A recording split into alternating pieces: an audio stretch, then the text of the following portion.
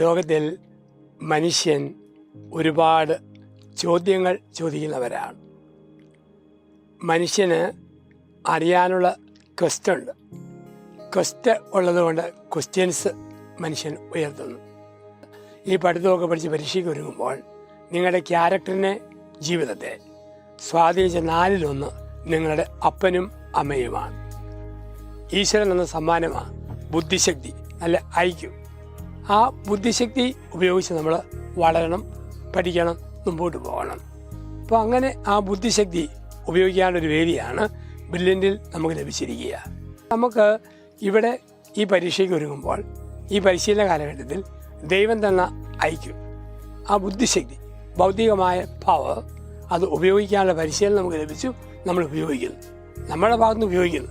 ബാക്കി ഈശ്വരൻ്റെ കരങ്ങളിലാണ്. ഒരു സിംഹം ഒരു മനുഷ്യനെ കൊന്നു നിന്ന് കഴിഞ്ഞാൽ വയറ് നിറയുമ്പോൾ കൂർക്കം വലിച്ചു കിടന്നുറങ്ങും. ഒരു മനുഷ്യനെ കൊന്നാൽ ഉറങ്ങാൻ പറ്റിയല്ല, കിടന്ന് ഉരുളും. അമ്മ കിച്ചണിൽ ഇരിക്കുമ്പോഴല്ല പൂച്ച അകത്ത് കയറി മീൻ കഷ്ണം കടിച്ചുകൊണ്ട് വിടുക. പൂച്ചയ്ക്കറിയാം പിടിച്ചാൽ നാണം കെട്ട പരിപാടി. അമ്മ അകത്തെ മുറി കയറുമ്പോൾ പൂച്ച ഒതുക്കത്തിൽ അകത്ത് വന്ന് തിടുക്കത്തിൽ മീനുമെടുത്ത് സ്പീഡിൽ പുറത്തേക്ക് വിടും. തിരുത്താൻ പറ്റുകയല്ല, പക്ഷേ തെറ്റാണെന്ന് അറിയത്തില്ല. നമുക്ക് മനസ്സാക്ഷിയുണ്ട്. അതാണ് ഇമോഷൻ, വികാരം. വികാരം ഉണ്ടാക്കാൻ ഒരു കമ്പ്യൂട്ടറിനും പറ്റിയല്ല, റോബോട്ടിനും പറ്റിയല്ല. വികാരം മനുഷ്യനിൽ ദൈവം വെച്ചിരിക്കുന്നതാണ്. അപ്പോൾ ഇതിനപ്പുറമാണ്. നമ്മൾ എൻട്രൻസിന് പഠിച്ചു, ഒരുപാട് പഠിച്ചു, ഒരുങ്ങി, എന്തൊക്കെ അറിഞ്ഞെന്ന് കരുതി. പക്ഷെ അതിനപ്പുറത്തൊരു ഡിവൈൻ പവർ നമ്മളെ ഗൈഡ് ചെയ്യുന്നുണ്ട്. അതിന് വിധേയമാകുമ്പോഴാണ് ഭയം പോകും, ടെൻഷൻ പോകും, പിരിമുറുക്കം പോകും. അതിന് നമ്മൾ വിധേയപ്പെടണം. നമ്മൾ ശരിക്കും പഠിച്ച് ഒരുങ്ങി പരീക്ഷ എഴുതുമ്പോൾ നമ്മുടെ ഭാഗം ഭംഗിയായിട്ട് ചെയ്യുമ്പം ദൈവത്തിൻ്റെ ഭാഗം ബാക്കി നടന്നോളും. ആ വിശ്വാസം വേണം പരീക്ഷയ്ക്ക് ഒരുങ്ങാൻ. ശരിക്കും ഒരാൾ പഠിക്കുമ്പോൾ 5 നന്മകളാണ് ആ വ്യക്തി ചെയ്യുക. പഠിക്കാതെ ഉഴപ്പിയാൽ 5 തിന്മകളാണ് ചെയ്യുക. ഒരു പ്രാർത്ഥനാ ഗാനം വെറുതെ കണ്ണടച്ച് പാടുക, കണ്ണടച്ച് പാടിയിട്ട് വായിച്ചു തുടങ്ങുക. ഒരു ഡിവൈൻ തരംഗം നമ്മുടെ ദേഹത്ത് വരും, ദൈവികമായ തരംഗം. അപ്പോൾ 1, മതഗ്രന്ഥത്തിലെ ഒരു വാക്യം, ഒരു ഭാഗം കാണാപ്പാഠം പഠിച്ചുകൊണ്ട് നമുക്ക് തുടങ്ങാം. 2, ദൈവികമായൊരു ഗീതം ഉള്ളിൽ ആലപിച്ച് ദൈവാത്മാവിൻ്റെ ഒരു അഭിഷേകമുള്ള ഒരു മകളായി പഠിക്കുമ്പോൾ പരീക്ഷ എഴുതുമ്പോൾ മറന്നുപോയതെല്ലാം ഓർമ്മയിൽ വരും. ഒരുപാട് പോസിറ്റീവ് എനർജി നമ്മളിലേക്ക് വരും. കാരണം ശരിക്കും പ്രാർത്ഥിക്കുമ്പോൾ നമ്മുടെ ദേഹത്ത് ഒരു തരംഗം ഉണ്ടാവും.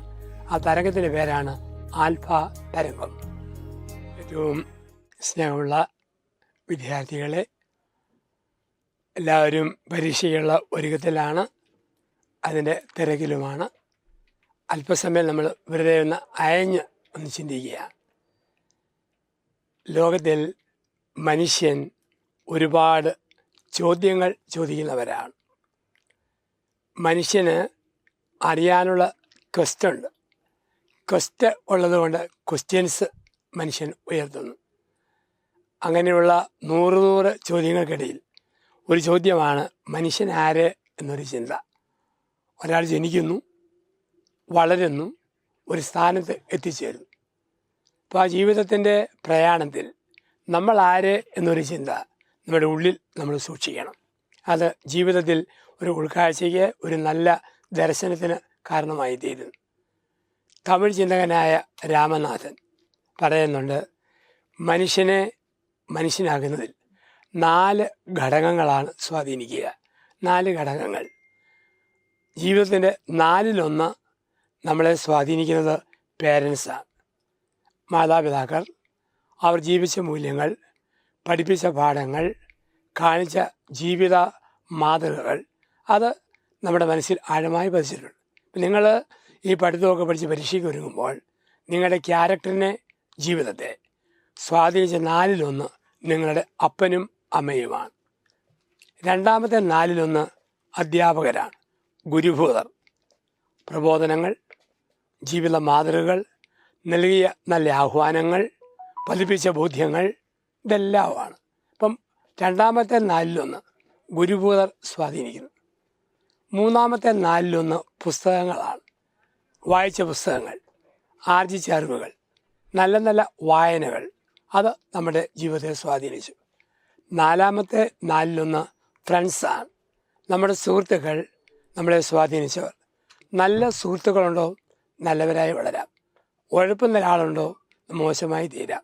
കാരണം നമുക്ക് രണ്ട് സാധ്യതയുണ്ട്, നല്ലവരാകാനും മോശമാകാനും. അതാണ് ഒരമ്മയുടെ താരാട്ട്. കുട്ടിക്കാലത്ത് നമ്മളെയൊക്കെ അമ്മമാർ തൊട്ടിയിലിട്ട് താരാട്ട് പാടി. ആ താരാട്ട് ഇങ്ങനെയാണ്: രാരാരോ രാരിരാരോ.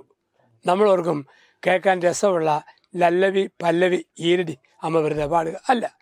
ഓരോ അമ്മയും കുഞ്ഞിനെ തൊട്ടിയിലിട്ട് ആട്ടിക്കൊണ്ട് ദൈവത്തിന് മുഖത്ത് നോക്കി ചോദിക്കുന്ന ചോദ്യമാണ്: ഇവൻ ആരാരോ ഇവൾ ആരിയിലാരോ, ഒരു പിടിയുമില്ല. കാലത്തിൻ്റെ ഗതിയിൽ നമ്മൾ ഓരോരുത്തരും ഓരോന്ന് ആയിത്തീരുന്നു, ഓരോ മേഖലയിൽ എത്തിച്ചേരുന്നു. അപ്പോൾ ഈ മനുഷ്യൻ, പ്രപഞ്ചത്തിൽ ആകെ 12 കോടി ജീവവർഗങ്ങളുണ്ട്.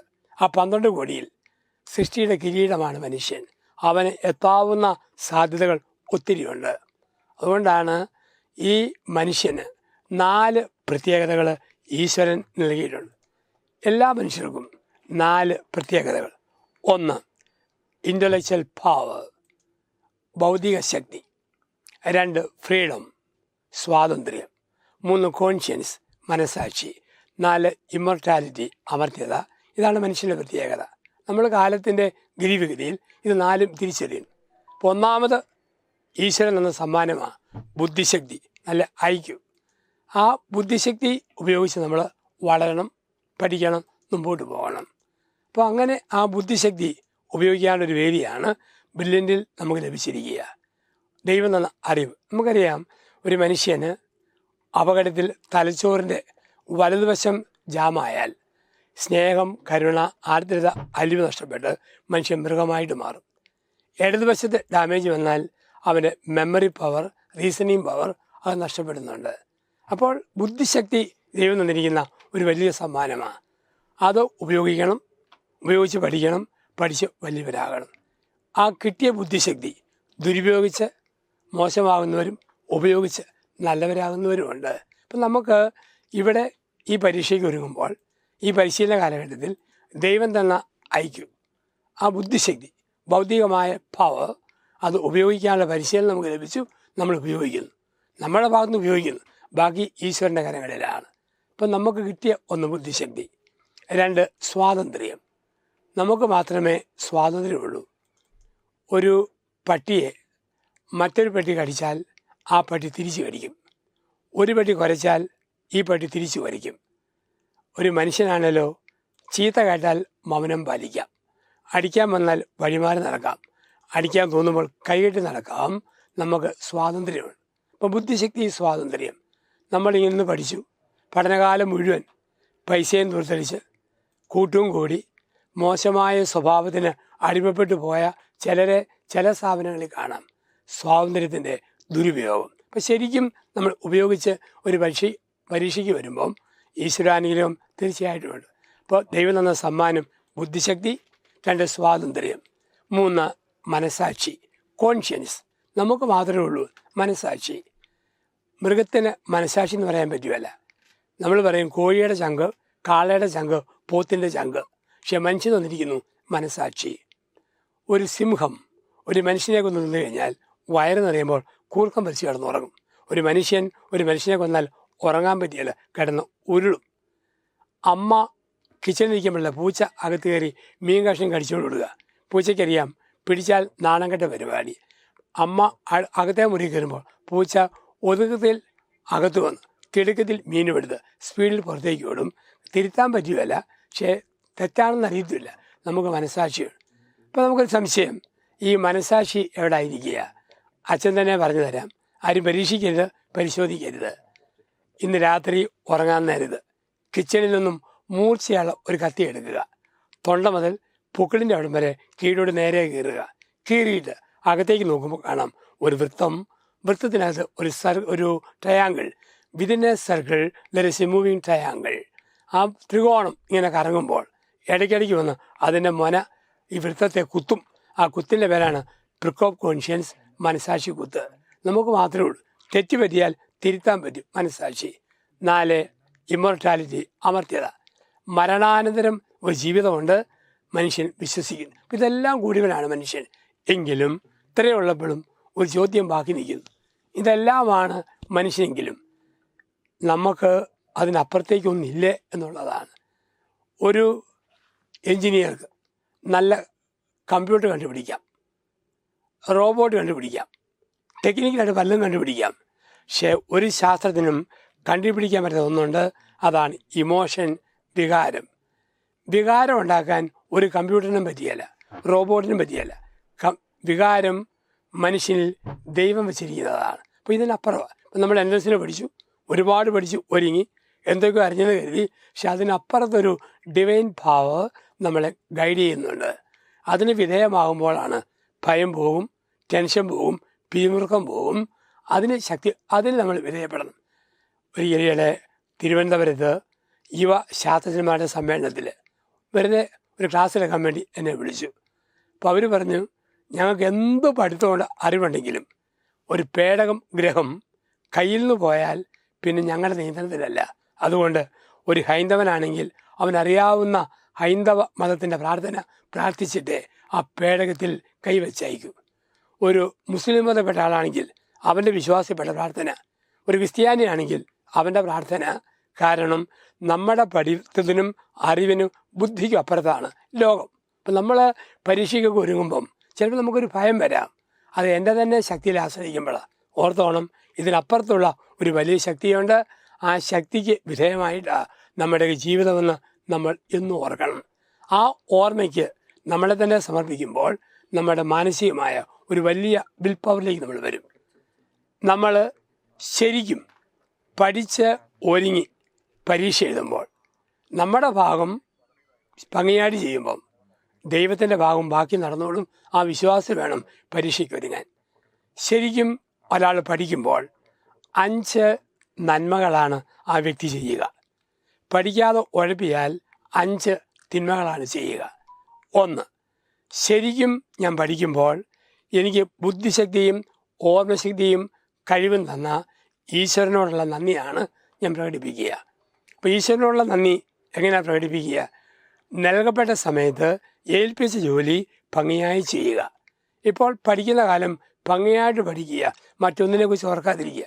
ജയമോ തോൽവിയോ അതല്ല, അത് ദൈവകരങ്ങളില്ല. എന്നെ ഏൽപ്പിച്ച ഭാഗം ഞാൻ ഭംഗിയായിട്ട് ചെയ്യുക.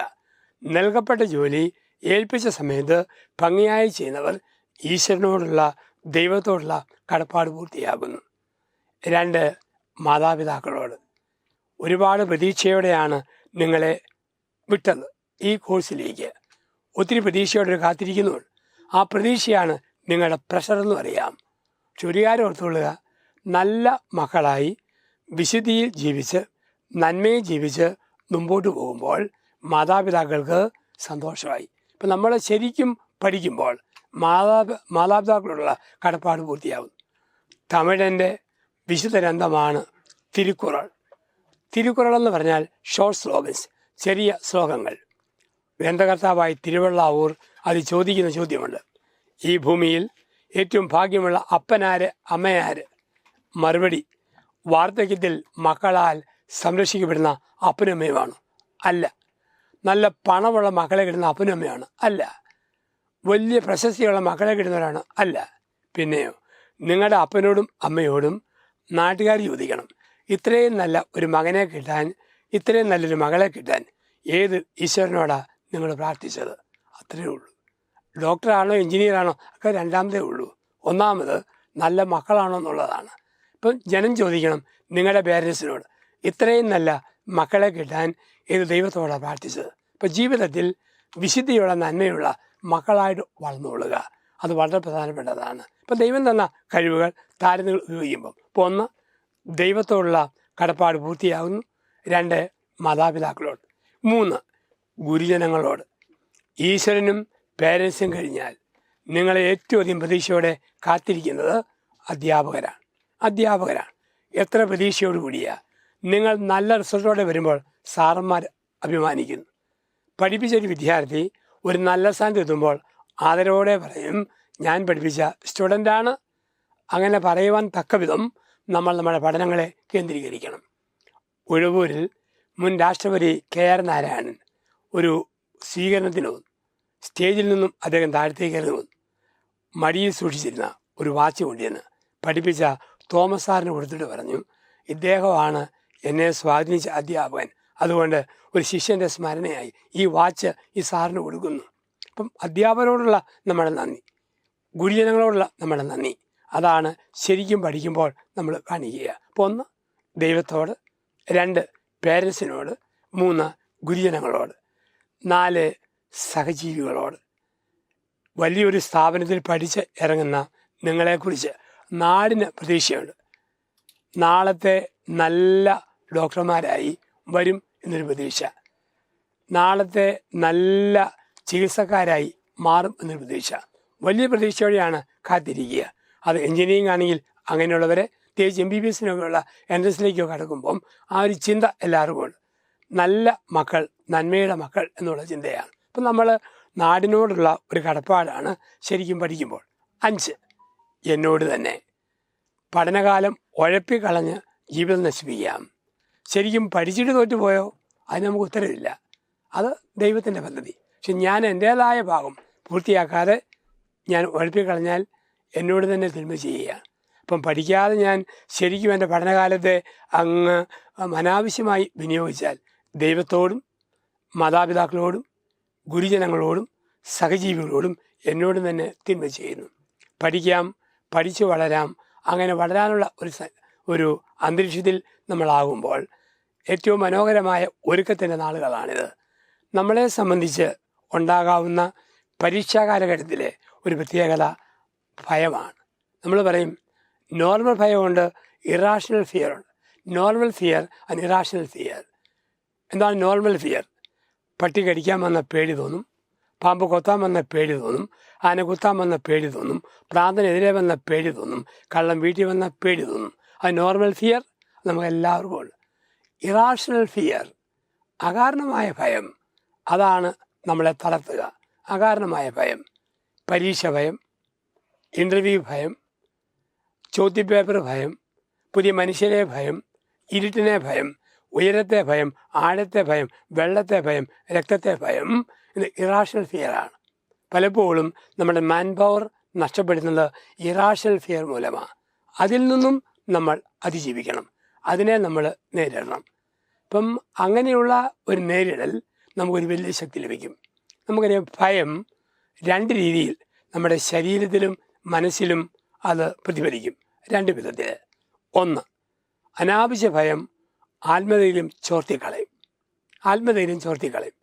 ചിലർക്ക് ഭയം വരുമ്പോൾ വല്ലാത്ത ഊർജ്ജം ഉണ്ടാകും, വല്ലാത്ത ഊർജ്ജം. ഒരു വീട്ടിലൂടെ ചെല്ലുമ്പോൾ ഡോവർമാനെ അഴിച്ചുവിട്ടിരിക്കുന്നു, പട്ടി കടിക്കാൻ വേണ്ടി കുറച്ചുകൊണ്ട് ചാടി വരുന്നു, കണ്ണിലൊരു ഇരുട്ട്, ദേഹത്തുനിന്ന് ഭയത്തിൻ്റെ തരംഗങ്ങൾ, പട്ടി കടിച്ചിട്ട് പോവും. എൻ്റെ ദേഹത്തെ ഭയത്തിൻ്റെ തരംഗം പട്ടിക്ക് സെൻസ് ചെയ്യാൻ പറ്റും. വിരലുണ്ട്, പട്ടി കടിക്കാൻ വരുന്നു, ഓടി ഒരു മരത്തിൻ്റെ മുകളിൽ കയറി. എങ്ങനെ കയറിയെന്ന് അറിയത്തില്ല, ഇറങ്ങാൻ ഗോവണി വെക്കേണ്ടി വന്നു. പക്ഷെ കയറ്റം സ്പീഡിലായിരുന്നു. ഭയമുണ്ടാക്കുന്ന പോസിറ്റീവ് എനർജി. പലപ്പോഴും പരീക്ഷക്കാലത്ത് ഭയം നെഗറ്റീവ് എനർജി നമ്മളുണ്ടാക്കും. അങ്ങനെ ഉണ്ടാക്കി കഴിയുമ്പം നമ്മൾ ആകേണ്ടതുപോലെ ശോഭിക്കുകയില്ല. കഴുകനെ പോലെ പറക്കേണ്ട നിങ്ങൾ കോഴിക്കുഞ്ഞിനെ പോലെ താന്നു പോകും. എൻസൈക്ലോപ്പീഡിയ അടി ശോഭിക്കേണ്ട നിങ്ങൾ പോക്കറ്റ് ഡിക്ഷണറി അടി ചുരുങ്ങിപ്പോകും. അപ്പം നമുക്ക് ഈ ഭയത്തെ അതിജീവിക്കണം. അതിനാണ് പഠിക്കാൻ ഇരിക്കുമ്പോൾ 2 കാര്യങ്ങൾ ചെയ്യണം. പരീക്ഷയ്ക്ക് ഒരുങ്ങുമ്പോൾ 2 കാര്യങ്ങൾ ചെയ്യണം. 1, വിശ്വസിക്കുന്ന മതത്തിൻ്റെ മതഗ്രന്ഥം, അതിൽ നിന്നും ഒരു പാസേജ് വായിച്ചിട്ട് എൻ്റെ പാഠഭാഗങ്ങൾ പഠിക്കാൻ തുടങ്ങണം. മതഗ്രന്ഥം കയ്യിലില്ലേ, അതിലെ മനസ്സിൽ തട്ടി നിൽക്കുന്ന ഏതാനും വാക്യങ്ങൾ മനസ്സിൽ ധ്യാനപൂർവ്വം കണ്ണടച്ച് പറഞ്ഞു പഠിക്കണം. ക്രിസ്ത്യാനിയാണോ ബൈബിളിൽ നിന്നൊരു ഭാഗം, ഹിന്ദുവാണോ ഭഗവത്ഗീതയിൽ നിന്നൊരു ഭാഗം, മുസ്ലിം സമുദായമാണോ ഖുറാനിൽ നിന്നൊരു ഭാഗം. ആ മതഗ്രന്ഥത്തിൻ്റെ വാക്യങ്ങൾ ചുമ്മാ പറഞ്ഞ് കാണാപ്പാഠം പഠിക്കണം. അങ്ങനെ പഠിക്കുമ്പോൾ ഒരു മെമ്മറി പവർ നമ്മളിലേക്ക് വളരും. ഇന്ന ഭാഗം, ഇത്രാം വാക്യം, ഇന്ന ഖണ്ഡിക, അങ്ങനെ പഠിച്ചു കഴിയുമ്പോൾ ഒരു ഓർമ്മശക്തി, ഒരു മെമ്മറി പവർ നമ്മളിലേക്ക് വളരും. അങ്ങനെ വളർന്നു കഴിയുമ്പോൾ 10 പ്രാവശ്യം വായിക്കേണ്ടത് ഒറ്റ പ്രാവശ്യത്തെ വായനയിൽ ഓർമ്മയിൽ കടന്നു വരും. അതുവഴി ഒരു ദൈവിക ശക്തി നമ്മളിലേക്ക് വരും. 2ാമത് ചെയ്യാവുന്നത് മതപരമായി പാടുന്ന ഒരു പ്രാർത്ഥനാ ഗാനം വെറുതെ കണ്ണടച്ച് പാടുക. കണ്ണടച്ച് പാടിയിട്ട് വായിച്ചു തുടങ്ങുക. ഒരു ഡിവൈൻ തരംഗം നമ്മുടെ ദേഹത്ത് വരും, ദൈവികമായ തരംഗം. ഇപ്പോൾ ഒന്ന്, മതഗ്രന്ഥത്തിലെ ഒരു വാക്യം, ഒരു ഭാഗം കാണാപ്പാഠം പഠിച്ചുകൊണ്ട് പഠിച്ചുകൊണ്ട് നമുക്ക് തുടങ്ങാം. 2, ദൈവികമായൊരു ഗീതം ഉള്ളിൽ ആലപിച്ച് ദൈവാത്മാവിൻ്റെ ഒരു അഭിഷേകമുള്ള ഒരു മകനായി മകളായി പഠിക്കുമ്പോൾ, പരീക്ഷ എഴുതുമ്പോൾ മറന്നുപോയതെല്ലാം ഓർമ്മയിൽ വരും.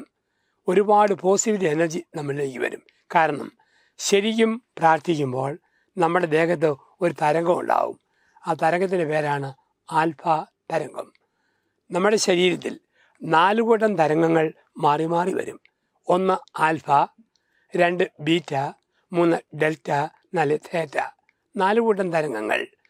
ഒരു മതഗ്രന്ഥം വായിക്കുമ്പോൾ, ഒരു ഭക്തിഗാനം പാടുമ്പോൾ, അല്പസമയം പ്രാർത്ഥിക്കുമ്പോൾ നമ്മുടെ ദേഹത്ത് വരുന്നത് ആൽഫാ തരംഗമാണ്.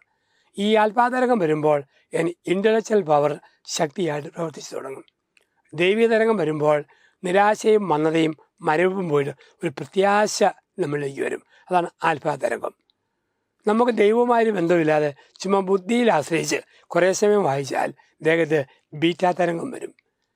ബീറ്റാ തരംഗം വരുമ്പോൾ മന്ദത, മറവി, ഭാരം, ഒരു രസമില്ലായ്മ, ഒരു സുഖമില്ലായ്മ, ഒരു മൂഡ് ഔട്ട് വരും. ഓടി എഴുന്നേറ്റ് പാന്നൊന്നും ഇരുന്ന് വായിക്കാൻ പറ്റുകയില്ല. ആൽഫാ തരംഗം കൊണ്ട് ഇരുന്ന് വായിക്കും, പ്രതീക്ഷയുണ്ട്, പ്രത്യാശയുണ്ട്. ബീറ്റാ തരംഗം വരുമ്പോൾ പഠിച്ചാൽ ഓർമ്മ നിൽക്കുകയില്ല, പെട്ടെന്ന് ഇറിറ്റേറ്റഡ് ആവും. ചില കാണാൻ മേലെ easy to burst out at the slightest provocation. ചെറിയ പ്രകോപനത്തിൽ പങ്കുപാത്രം പോലെ തകരുന്നവരാവും. അപ്പം ബീറ്റാ തരംഗം വരും. 3 ഡെൽറ്റാ തരംഗമുണ്ട്. ഡെൽറ്റാ തരംഗം എപ്പോഴും ഉറക്കം തന്നെ ഉറക്കം. വായിക്കാൻ തുടങ്ങിയാൽ ഉറക്കം, സന്ധ്യമണി അടിക്കുമ്പോൾ ഉറക്കം, ഇരുന്ന് പഠിക്കാൻ ബുദ്ധിമുട്ടാണ്, ഒരു മയക്കത്തിൻ്റെ രീതിയിലേക്ക് വരും. അപ്പം ആ സമയത്ത് നമുക്കറിയാം വായിച്ചു കുറേയേറെ, പക്ഷേ ഏതാണ്ടൊരു നാടകം പോലെ നിഴൽ പോലെ പോയതുള്ളൂ, ഉള്ളി പതിക്കുന്നില്ല. കാരണം ഡെൽറ്റാ തരംഗമാണ്. 4 തേറ്റാ തരംഗമുണ്ട്. അത് വരുമ്പോഴാണ് നമുക്ക് രോഗങ്ങൾ, ക്ഷീണങ്ങൾ, ബുദ്ധിമുട്ട് ഉള്ളവരുടെ ദേഹത്തുനിന്നും ഉയരുന്നതാണ് തേറ്റാ തരംഗം. അപ്പം ഈ തേറ്റ, ബീറ്റ, ഡെൽറ്റാ തരംഗത്തെ അതിജീവിക്കാൻ ആൽഫാ തരംഗം. അതിനാണ് നിങ്ങൾ ഏത് മതത്തിൽ വിശ്വസിക്കുന്നു, വിശ്വാസ പാരമ്പര്യങ്ങൾ മുറുകെ പിടിക്കുക, പ്രാർത്ഥനാ രീതികൾ മുറുകെ പിടിക്കുക, ഭക്തഗതികൾ മുറുകെ പിടിക്കുക. പേരൻസ് നമ്മളെ പഠിപ്പിച്ച ആത്മീയ പാരമ്പര്യം, ചൈതന്യമുണ്ട് നമ്മുടെ കുട്ടിക്കാലത്ത്, അത് കളയാതെ മുറുകെ പിടിക്കുക. അങ്ങനെയുള്ളവർക്ക് ഓർമ്മശക്തി ഇരട്ടിക്കും, മനഭയമില്ല, ധൈര്യത്തോടെ എഴുതാൻ പറ്റും. ബാക്കിയെല്ലാം നമ്മുടെ മനുഷ്യശക്തിയിൽ ആശ്രയിക്കുമ്പോഴാണ്. ഒരുപക്ഷെ എൻ്റെ അപ്പൻ വെക്കുന്ന പ്രതീക്ഷ, എൻ്റെ അമ്മ വെക്കുന്ന പ്രതീക്ഷ, ആ പ്രതീക്ഷയ്ക്ക് അത് ഉയരാൻ പറ്റിയേലേ, ആ ഒരു ചിന്ത വരുമ്പോൾ പെട്ടെന്ന് നമ്മൾ വാടിപ്പോകാം, ഇരുന്ന് പോകാം. പ്രതീക്ഷ അവർ വെച്ചോട്ടെ, നമുക്കാകാവുന്നതുപോലെ നമ്മൾ ചെയ്യുക. എല്ലാവരെയും തൃപ്തിപ്പെടുത്താനും എല്ലാ പ്രതീക്ഷയും പൂർത്തിയാക്കാനും നമുക്ക് പറ്റുകയില്ല. നമ്മുടെ ഉഴപ്പ് കൊണ്ട് കളയാതിരിക്കുക. ആത്മാർത്ഥമായി എല്ലാവരുടെയും പ്രതീക്ഷയ്ക്ക് ഉത്തരം കൊടുക്കാൻ നമ്മൾ പരിശ്രമിക്കുക, സഹകരിക്കുക. ബാക്കി ദൈവം ചെയ്തോളും. താൻ പാതി ദൈവം പാതി എന്നല്ലേ പറയുക. നമുക്ക് ജീവിതം ഒന്നേ ഉള്ളൂ. ആ ജീവിതത്തിൽ ബേസിക്കായ 4 ഒബ്ലിഗേഷൻസ് നിങ്ങൾക്കുണ്ട്, എനിക്കുണ്ട്. 4 obligations of every human being എന്നാണ് അതിൻ്റെ ഡെഫിനിഷൻ കൊടുക്കുക. 1, ഒന്നാമത്തെ കടപ്പാട് ദൈവത്തോടാണ്. 2ാമത്തെ കടപ്പാട് മാതാപിതാക്കളോടാണ്. 3ാമത്തെ കടപ്പാട് ഗുരുജനങ്ങളോടാണ്. 4ാമത്തെ കടപ്പാട് സഹജീവികളോടാണ്. ഈ കടപ്പാടുകൾ പൂർത്തിയാക്കി നന്നായി ജീവിച്ച് നമ്മൾ മുമ്പോട്ട് പോകണം. 1ാമത്തെ കടപ്പാട് ഈശ്വരനോടാണ്. ശരിക്കും തന്ന താലന്തുകൾ മനഃപൂർവ്വം ഉഴപ്പാതെ ആത്മാർത്ഥമായി അതിനോട് സഹകരിച്ച് പോകൊള്ളുക. അപ്പോൾ ദൈവത്തോടുള്ള കടപ്പാട് പൂർത്തിയാക്കി. കഷ്ടപ്പെട്ട് നിങ്ങളെ പഠിപ്പിക്കുന്ന പേരൻസ് ഉണ്ട്, അവരെ മുറിപ്പെടുത്താതെ, നൊമ്പരപ്പെടുത്താതെ, അവരുടെ സ്വപ്നത്തിനനുസരിച്ച് എന്നാലാവുന്നത് ചെയ്യുക. ബാക്കി ദൈവം ചെയ്യും, എന്നാൽ ആവുന്നത് ചെയ്യണം. ഇപ്പം മാതാപിതാക്കളോട് കടപ്പാട്. 3 ഗുരുജനങ്ങളോട്. നിങ്ങൾക്ക് വേണ്ടി രാവും പകലും അലയുന്ന, പഠിച്ച് വിജയിച്ച് നിങ്ങൾ വലിയവരായി കാണാൻ ആഗ്രഹിക്കുന്ന അധ്യാപകരുണ്ട്. എൻ്റെ പഠനം ശരിയായി ക്രമീകരിച്ച് നന്നായിട്ട് പോകുമ്പോൾ എൻ്റെ ഗുരുജനങ്ങളുടെ കടപ്പാട് ഞാൻ പൂർത്തിയാക്കുന്നു. 4 സഹജീവികളോട്. നമുക്കൊരു വലിയ കടപ്പാടുണ്ട്. സാധാരണ ആൾക്കാർക്ക് കിട്ടാത്ത ഭാഗ്യം ലഭിച്ചവരാ നിങ്ങൾ. സാധാരണക്കാർക്ക് കിട്ടാത്ത പരിശീലനം നേടിയവരാ നിങ്ങൾ. അതുകൊണ്ട് എന്നാലാകുന്ന വിധം പോസിറ്റീവായിട്ട് ഞാൻ ട്രൈ ചെയ്യണം. ഈ എന്താഗ്രഹിക്കുന്നു ആ മേഖല എത്തിപ്പിടിക്കാൻ. അത് നമുക്ക് വലിയ ധൈര്യം തരും, ഒരു വലിയ ധൈര്യം തരും. ഇനി പഠിച്ചിറങ്ങുന്നു, ഡോക്ടേഴ്സായിട്ട് നിങ്ങൾ ജോലി ചെയ്യുന്നൊരു കാലം വരുമ്പം അതും കൂടെ നമ്മൾ ഭാവനയെ കാണും, അതും കൂടെ നമ്മൾ കാണണം. ഇന്ന് എല്ലാ പ്രൊഫഷനും കച്ചവടമാകുമ്പോൾ നമ്മൾ കച്ചവടമല്ല, മനുഷ്യ സ്നേഹം, ആതുര സേവനമാണ്, അതാണ് ലക്ഷ്യം. അത് മനസ്സിൽ വെച്ചിട്ട് വേണം പരീക്ഷ എഴുതുമ്പോഴും. എല്ലാവരും പ്രോഫിറ്റ് നേടുന്ന ഒരു കാലഘട്ടത്തിലാണ്. ഇവിടെ എനിക്ക് എന്നാ ചെയ്യാൻ പറ്റും എന്ന ഒരു ചിന്ത മനസ്സിൽ നമ്മൾ സൂക്ഷിക്കണം. ഇന്ന് എല്ലാവരുടെയും ആഗ്രഹം എനിക്കെന്നാ കിട്ടും എന്നുള്ളതാണ്. അത് രണ്ട് രീതിയിൽ പറ്റും. ഒരു മനുഷ്യൻ മുറിവേറ്റ് വണ്ടി ഇടിച്ച് വഴി കിടക്കുമ്പോൾ ഞാൻ കാണുമ്പോൾ എനിക്ക് ചിന്തിക്കാൻ പറ്റും, ഞാനിവനെ തൊടാൻ പോയാൽ എനിക്ക് എന്നാ പറ്റും? സമയനഷ്ടം, സാമ്പത്തിക നഷ്ടം, ആരോഗ്യനഷ്ടം, ഒരു പക്ഷേ റിസ്ക്, എനിക്ക് എന്തെല്ലാം നഷ്ടം വരും. അങ്ങനെ ഓർത്താൽ മുറിവേറ്റ മനുഷ്യനെ ശുശ്രൂഷിക്കാൻ ഞാൻ പോവില്ല. നമ്മൾ കാണുന്നുണ്ട്, നിപ്പ വൈറസ് വന്നപ്പോൾ, കൊറോണ വൈറസ് വന്നപ്പോൾ രോഗികൾക്ക് വേണ്ടി ജീവൻ വിലർപ്പിച്ച ഡോക്ടർമാർ, നഴ്സുമാർ എത്രയോ പേരാ. അപ്പോൾ അവരുടെയൊക്കെ ചിന്ത നമ്മുടെ ഉള്ളിലും വേണം. പരീക്ഷ എഴുതുമ്പോൾ ഈ ഒരു ചിന്ത വെച്ചുകൊണ്ട്, ദൈവമേ ഞാൻ പാസ്സായി, ഞാൻ ഇറങ്ങിയാൽ എൻ്റെ ലക്ഷ്യം കാശുണ്ടാക്കുകയല്ല, ഈശ്വര സൃഷ്ടിയായ മനുഷ്യനെ പരമാവധി സേവിക്കും. ആ ചിന്ത മനസ്സിൽ വെച്ചുകൊണ്ട് വേണം നിങ്ങൾ പരീക്ഷയ്ക്ക് പോകാനായിട്ട്. അവിടെ ദൈവാനുഗ്രഹം നമ്മളുണ്ടാകും. ഈ ലോകം മുഴുവൻ നിലനിൽക്കുന്നത് സ്വയമായിട്ട് നഷ്ടപ്പെടുത്തിയ ആൾക്കാരല്ലേ. ഞാൻ ഇറങ്ങിയില്ല എന്നാ പറ്റുമെന്ന് ആരൊക്കെയോ ചിന്തിച്ചു. ഇന്ത്യൻ സ്വാതന്ത്ര്യ സമരത്തിൻ്റെ രണഭൂമിയിൽ ഒരു മോഹൻദാസ് കരംചന്ദ് ഗാന്ധി ഓർക്കുക, സ്വാതന്ത്ര്യത്തിൻ്റെ സമരത്തിലേക്ക് ഇറങ്ങിയാൽ എനിക്ക് എന്നാ കിട്ടും? മറുപടി നദറാങ്കോസയുടെ വെടിയുണ്ട കിട്ടും. അദ്ദേഹത്തെ ഇറങ്ങിയില്ലെങ്കിൽ എന്നാ പറ്റും? അപ്പോൾ ഒരു മഹാത്മാഗാന്ധിയെ ഇന്ത്യക്ക് ലഭിച്ചു. ഒരു ഫാദർ ഡാമിയൻ ഓർക്കുക, കുഷ്ഠരോഗികൾക്കിടയിൽ പോയാൽ എനിക്ക് എന്നാ കിട്ടും? ചീഞ്ഞളിഞ്ഞ ശരീരം കിട്ടും. അദ്ദേഹം ഓർത്തു, ഇറങ്ങിയില്ലെങ്കിൽ ഈ ജനത്തിന് എന്നാ പറ്റും? അപ്പോൾ ഒരു ഫാദർ ഡാമിയനെ ലഭിച്ചു. കൽക്കട്ടയുടെ തെരുവീതിയിൽ ഒരു സ്ത്രീ ഓർക്കുക, പുഴുക്കുത്തര ജീവിതങ്ങളെ പുണരാൻ പോയാൽ എനിക്ക് എന്നാ കിട്ടും? ഉണങ്ങിയ കശുവണ്ടി പോലത്തെ മുഖം കിട്ടും. ഇറങ്ങിയില്ലെങ്കിൽ ഇവർക്ക് എന്നാ പറ്റും? അപ്പോഴാണ് മദർ തെരേസയെ ലഭിച്ചത്. നമ്മുടെ ജീവിതത്തിൽ ഈ ചിന്ത പഠനകാലം മുതൽ മുന്നോട്ടും ദൈവം അനുവദിച്ച് ഡോക്ടറായിട്ട് ഇറങ്ങാൻ പറ്റിയാൽ അന്നും മനസ്സിലുണ്ടാകേണ്ട ചിന്ത, ഞാൻ ഇറങ്ങിയില്ലെങ്കിൽ ഇവർക്ക് എന്നാ പറ്റും? എൻ്റെ തന്നെ ലോകത്ത് ഞാൻ ചുരുങ്ങി കൂടിയാൽ ഇവർക്ക് എന്നാ പറ്റും? ആ ഒരു ചിന്ത ഹൃദയത്തിൽ സൂക്ഷിക്കുന്ന നല്ല മക്കളായിട്ട് നമ്മൾ ജീവിക്കണം. ഒരു കാര്യം എന്നും ഓർത്തോണം, നമ്മളെക്കാൾ കുറഞ്ഞ ഒരുപാട് പേര് ഈ ലോകത്തിലുണ്ട്. നമ്മളെക്കാൾ കുറഞ്ഞ ഒരുപാട് പേര് ഈ ലോകത്തിലുണ്ട്. ഒരു റേബാൻ കണ്ണട മേടിക്കാൻ എനിക്ക് കാശില്ലല്ലോ എന്നോർത്ത് ഞാൻ അസ്വസ്ഥനാകുമ്പോൾ ഈശ്വരൻ ഒരു അന്ധനെ കാണിച്ചു തരും. അന്ധനെ കാണുമ്പോൾ ഞാൻ ഓർക്കണം, കണ്ണടയില്ലെങ്കിലും എനിക്ക് കണ്ണുണ്ടല്ലോ. അന്ധൻ്റെ മുമ്പിൽ കണ്ണടയില്ലാത്തവൻ കണ്ണടയില്ലാത്തതിനെ കുറിച്ച് പരാതി പറയാതെ ജീവിക്കാൻ പഠിക്കണം. ഷൂസ് മേടിക്കാൻ കാശില്ലോ എന്നോർത്തപ്പോൾ കാലില്ലാത്ത ഒരുവനെ കാണും. അപ്പോൾ ഓർക്കണം, ഷൂസില്ലെങ്കിലും എനിക്ക് കാലുണ്ടല്ലോ. നമ്മളെക്കാൾ കുറഞ്ഞ ഒരുപാട് പേര്, എത്രയോ കുട്ടികൾ ഈ വില്യൻ കോളേജിൽ അഡ്മിഷൻ കിട്ടാൻ വേണ്ടി ആഗ്രഹിക്കുന്നുണ്ട്. പക്ഷെ അവർക്ക് സാധിക്കാത്തത് ഈശ്വരൻ നിങ്ങൾക്ക് തന്നില്ലേ? അതിനുള്ള നന്ദി ഹൃദയത്തിൽ നമ്മൾ സൂക്ഷിക്കണം. എന്നും ഓർക്കണം, കൊച്ചു കൊച്ചു കാര്യങ്ങളിൽ പരാതി പറയല്ലേ. പരാതിയില്ലാതെ ജീവിക്കുന്ന മക്കളായിട്ട് നമ്മൾ വളർന്നു വരണം, പരാതിയില്ലാതെ. എന്നോട് കൂട്ടുകാർ പറഞ്ഞു, അച്ഛൻ പോയി നിർബന്ധമായി പുലിമുരുകൻ എന്ന പടം ഒന്ന് പോയി കാണണം. ഞാൻ പുലിമുരുകൻ കാണാൻ ചെന്നു. പരിചയമുള്ള ആൾ ടിക്കറ്റ് വിൽക്കുന്നു. എന്താ അച്ഛാ ഇതിലെ കൂടെയൊക്കെ? ഞാൻ പറഞ്ഞു, സന്യാസ വൈദികനാണ്, കാശ് കുറവാണ്, ഏറ്റവും കുറഞ്ഞ ഒരു ടിക്കറ്റ്. അവൻ ചിരിച്ചോണ്ടി പറഞ്ഞു, തറ ടിക്കറ്റ് മതിയോ? തറയെങ്കിൽ തറ എന്നും പറഞ്ഞു തറ ടിക്കറ്റ് മേടിച്ച് തറയിലിരുന്ന് ഞാൻ സിനിമ കാണുന്നു. ഇൻ്റർവെല്ലിന് 5 മിനിറ്റ് മുമ്പ് എൻ്റെ മുമ്പിൽ നിന്നൊരനക്കം. ഞാൻ നോക്കുമ്പോൾ ഏറ്റവും താഴ്ന്നത് തറയാണെന്ന് വരുമ്പം വേറെ കുറേ പേര് തറ മാന്തിയിട്ട് കുഴി ടിക്കറ്റ് എന്ന് പറഞ്ഞിരിപ്പാണ്. നമ്മളെക്കാൾ താന്ന ഒരുപാട് പേര് ഈ ലോകത്തുണ്ട്. നിങ്ങളെക്കാൾ താന്നവർ പഠനത്തിൽ പുറകോട്ട്, സാഹചര്യത്തിൽ പുറകോട്ട്, സമ്പത്തിൽ പുറകോട്ട്, ബന്ധങ്ങളിൽ പുറകോട്ട്, ഒരുപക്ഷെ കുടുംബത്തിൽ എൻ്റെ അപ്പനും അമ്മയും തമ്മിൽ ഒരു നല്ല ബന്ധമായിരിക്കണമെന്നില്ല. ഒരുപക്ഷെ അപ്പൻ ദൂരെ, അമ്മ വേറെ. ടെൻഷൻ വരാം. ഒരുപക്ഷെ സാമ്പത്തികമായ മാന്ദ്യം, ആരുടെയോ സഹായത്താൽ ഈ എൻട്രൻസിന് പഠിച്ചു. കൊച്ചു കൊച്ചു കുറവുകളുണ്ട്, നൊമ്പരമുണ്ട്. അത് ഓരോന്നും എണ്ണി പറയാൻ തുടങ്ങിയാൽ ജീവിതത്തിൽ വിജയിക്കാൻ പറ്റുകയില്ല. അതിൻ്റെയൊക്കെ നടുവിൽ സാമർഥ്യമുള്ള മക്കളായി നന്മയോടെ മുന്നോട്ട് പോകണം. ഒരു വാശി ജീവിതത്തിൽ വേണം. ഒരു വാശി. എൻ്റെ വീട്ടുകാർക്ക് തകർച്ചയുണ്ടോ, ഞാനത് മാറ്റും. എനിക്ക് വ്യക്തിപരമായ ചില കോട്ടമുണ്ടോ, ഞാനത് മാറ്റും. 2 ഫാക്ടേഴ്സ് പ്രത്യേകിച്ച് നിങ്ങൾ കുട്ടികൾ ശ്രദ്ധിക്കണം. 2 വികാരങ്ങളെ ശ്രദ്ധിക്കണം. 1 അപകർഷതാബോധം, ഇൻഫീരിയോറിറ്റി കോംപ്ലക്സ്. 2 അപര്യാപ്തതാബോധം, ദ സെൻസ് ഓഫ് ഇന്നാഡക്വസി. ഇത് രണ്ടും നമ്മൾ അതിജീവിക്കണം. എന്നെക്കൊണ്ട് പറ്റിയല്ല, എങ്ങനെ ഒന്ന് പെട്ടുപോയി. നമ്മൾ ഓർത്തോണം, 2 കൂട്ടം മനുഷ്യരുണ്ട്. 1 പെട്ടുപോയവർ, 2 തിരഞ്ഞെടുക്കപ്പെട്ടവർ.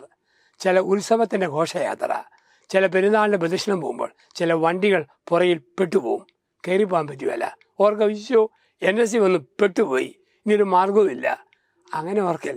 അങ്ങനെ ഓർക്കുന്നവർക്ക് ഒന്നും നേടാൻ പറ്റുകയില്ല. നിങ്ങൾ ഓർക്കണം, ഇതിലേക്ക് ദൈവം എന്നെ തിരഞ്ഞെടുത്തതാണ്, തിരഞ്ഞെടുക്കപ്പെട്ടവരാണ്. ഒരു വലിയ സ്ഥാപനത്തിൽ പഠിക്കാൻ തിരഞ്ഞെടുത്തു, ഒരു പരീക്ഷയ്ക്ക് തിരഞ്ഞെടുത്തു, ഇത്ര എത്തിച്ചല്ലോ. അപ്പം ദൈവം തിരഞ്ഞെടുത്തെങ്കിൽ തിരഞ്ഞെടുക്കപ്പെട്ടവർ എന്നുള്ള ബോധ്യത്തോടു കൂടി പരീക്ഷയ്ക്ക് ഒരുങ്ങണം. അപ്പം നമുക്കൊരു വലിയ ആത്മധൈര്യമുണ്ട്. ചുമ്മാ ആകസ്മികമല്ല, ഈശ്വരൻ എന്ന കൃപയാണ്, കൃപയുടെ നിധിയാണ്, അതിൻ്റെ തിരിച്ചറിവാണിത്. ആ ഒരു ചിന്തയിൽ നമ്മൾ മുമ്പോട്ട് പോകണം. ജീവിതത്തിൽ നമുക്ക് 5 പ്രത്യേകതകളുണ്ട്. അത് കണ്ടുകൊണ്ട് ചിന്തകളെ നമുക്ക് അവസാനിപ്പിച്ച് കൊണ്ടുവരാം. 5 പ്രത്യേകതകൾ. 1 മനുഷ്യന് മാത്രമേ നീണ്ട സമയം നേരെ നിൽക്കാൻ പറ്റൂ. സർക്കസ് കൂടാരത്തിൽ കുരങ്ങ്, കരടി, പുലിയൊക്കെ അല്പസമയം 2 കാലം നിൽക്കും, പിന്നീട് 4 കാലം തിരിച്ചു വീഴും. മനുഷ്യന് മാത്രമേ ദീർഘസമയം പാത ഊന്നി നേരെ നിൽക്കാൻ പറ്റൂ. നടുനിർത്തി നിൽക്കാനുള്ള കഴിവ് ഈശ്വരൻ മനുഷ്യന് കൊടുത്തിട്ടുണ്ട്. നട്ടലുയർത്തി ധൈര്യത്തോടെ നിൽക്കുന്ന മക്കളാകണം. ഒന്നിനെയും പേടിക്കരുത്, ഒന്നിനെയും ഭയപ്പെടരുത്. 2 മനുഷ്യന് മാത്രമേ സുന്ദരമായി ചിരിക്കാൻ പറ്റൂ. പട്ടി ഇളിച്ചു, മൂരി ഇളിച്ചു, പോത്ത് ഇളിച്ചു, മനുഷ്യൻ ചിരിച്ചു. മുഖത്തൊരു പ്രസന്നഭാവം വേണം. നിങ്ങൾ പഠിക്കുന്ന കാലത്തൊക്കെ ഏതോ മോർച്ചയിൽ നിറയുമ്പോൾ ശവം പോലെ നടക്കരുത്. മുഖത്തൊരു വെട്ടം വേണം, ഒരു ചൈതന്യം വേണം. അവർക്ക് വീട്ടിൽ ചെല്ലുമ്പോഴും പരീക്ഷ കഴിഞ്ഞ് ഇറങ്ങുമ്പോഴും ജയിച്ചാൽ ജയിച്ചു, തോറ്റാൽ തോറ്റു, വന്നതിൻ്റെ ബാക്കി. പക്ഷേ ഒരു മുഖപ്രസാദം വേണം. ചിരിക്കണം.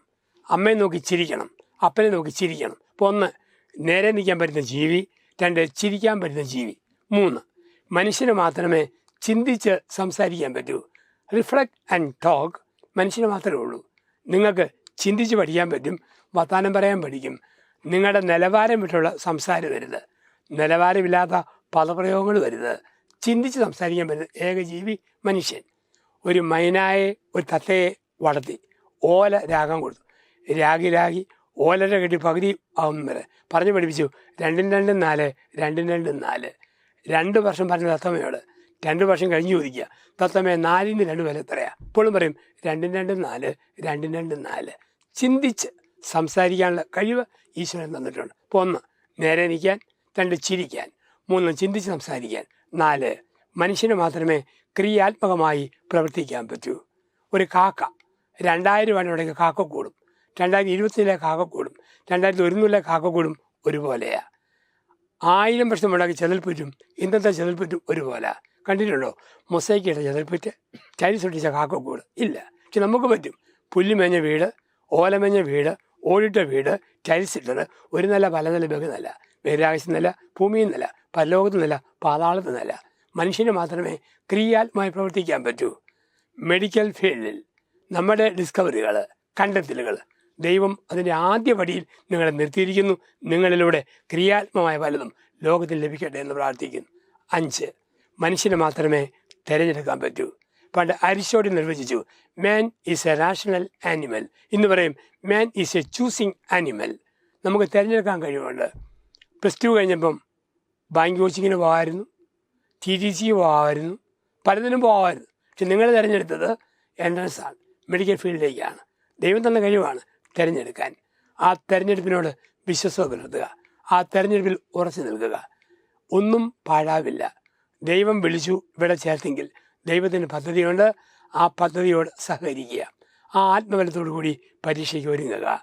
നിങ്ങൾക്ക് വേണ്ടി പ്രാർത്ഥിക്കുന്ന നിങ്ങളുടെ മാതാപിതാക്കളുണ്ട്. നിങ്ങളെ പ്രതീക്ഷയോടെ കാത്തിരിക്കുന്ന ഗുരുജനങ്ങളുണ്ട്. നിങ്ങളെ അനുഗ്രഹിക്കുന്ന ദൈവമുണ്ട്. ആ വിശ്വാസം പരീക്ഷാ സമയത്തും പരീക്ഷാ ഹോളിലും നമ്മളുണ്ടാകട്ടെ. ആ ബോധ്യത്തോടു കൂടി മനോഹരമായി പരീക്ഷ എഴുതി നല്ല വിജയത്തോടെ വരാൻ പരിശ്രമിക്കാം. ബാക്കി ദൈവത്തിന് കൊടുക്കാം. ദൈവം നമ്മെല്ലാവരെയും അനുഗ്രഹിക്കട്ടെ. പരീക്ഷ എഴുതുന്ന എല്ലാ മക്കൾക്കും നല്ല നന്മകളും ഭാവങ്ങളും ഒരുപാട് സ്നേഹത്തോടെ നേരുന്നു. നന്ദി, നമസ്കാരം. ഫാദർ ജോസഫ് പുത്തമ്പരിക്കലച്ചൻ കേരളത്തിലെ ഏറ്റവും ജനപ്രിയനായ വൈദികരിൽ ഒരാളാണ് ജോസഫ് പുത്തമ്പരിക്കലച്ചൻ. ചിരിയച്ചൻ, കാപ്പിയോടിയച്ചൻ, ഇങ്ങനെ നിരവധി വിളിപ്പേര് കൂടിയുണ്ട് ജോസഫ് പുത്തമ്പരിക്കലച്ചന്. ഫാദർ ജോസഫ് പുത്തമ്പരിക്കലിന്റെ പ്രഭാഷണങ്ങളുടെ പ്രധാന ആകർഷണം അദ്ദേഹത്തിന്റെ തമാശ കലർന്ന അവതരണ രീതിയാണ്. ലളിതമായ നർമ്മത്തിലൂടെ ഗൗരവമായ ചിന്തകൾ പങ്കുവയ്ക്കുന്ന അദ്ദേഹത്തിന്റെ ശൈലി യുവാക്കൾക്കിടയിൽ വളരെയധികം ശ്രദ്ധേയമാണ്. തത്വശാസ്ത്രത്തിലും നിയമത്തിലും ബിരുദവും മിസിയോളജിയിൽ ഡോക്ടറേറ്റും നേടിയ അദ്ദേഹം ആസാം ഡോൺ ബോസ്കോ യൂണിവേഴ്സിറ്റിയിലെ നോർത്ത് ഈസ്റ്റ് ഇന്ത്യ സ്റ്റഡീസ് വിഭാഗത്തിൽ പ്രൊഫസറാണ്. നിലവിൽ കോട്ടയം സെയിന്റ് ജോസഫ് കപ്പൂച്ചിൻ പ്രൊവിൻസിന്റെ പ്രൊവിൻഷ്യൽ സുപ്പീരിയർ കൂടിയാണ് അദ്ദേഹം. അച്ഛൻ ഇന്ന് ബെർലിനിലേക്ക് എത്തിയിരിക്കുകയാണ്. വിദ്യാർത്ഥികൾക്ക് എക്സാം കാലഘട്ടമാണ്. കുറച്ച് ടെൻഷനൊക്കെ ഉണ്ട് എന്നറിഞ്ഞിട്ടുള്ള വരവാണിത്. ബെർലിനിലെ വിദ്യാർത്ഥികളുടെ ടെൻഷനൊക്കെ കുറച്ച് നല്ല ആത്മവിശ്വാസം കൊടുക്കാൻ അച്ഛൻ കേരളമെമ്പാടുമുള്ള ബ്രില്യൻ സെന്ററുകളിലെ 10,000-കണക്കിലധികം വിദ്യാർത്ഥികളോടൊപ്പം ലൈവായി ചേർന്ന് സംസാരിക്കുകയാണ്.